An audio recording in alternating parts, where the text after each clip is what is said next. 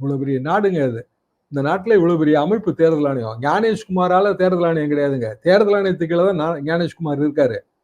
வழி வழியா வந்த எத்தனையோ தேர்தல் ஆணையர்களுங்க. நானே வந்து பெரியசாஸ்திரில இருந்து நிறைய பேரோட பெர்சனலா இன்டராக்ட் பண்ணிருக்கேன் சேஷன் வரைக்கும். அதுக்கு முன்னாடி எவ்வளவு பேரு முதல் சுகுமாரோ என்னமோங்க அவர் பேரு. ஃபர்ஸ்ட் தேர்தல் நடத்த எவ்வளவு கஷ்டப்பட்டு இருப்பாருங்க அவரு.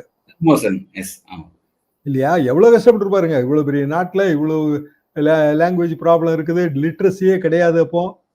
அப்போ எந்த குற்றச்சாட்டுக்கும் இடம் இல்லாம அவங்க நடத்தினாங்களா நடத்தலையா?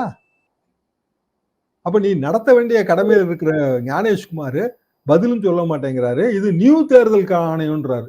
அப்ப ஞானேஷ்குமார் தான் நியூ தேர்தல் ஆணையரா? நியூ எப்படிங்க வரும்?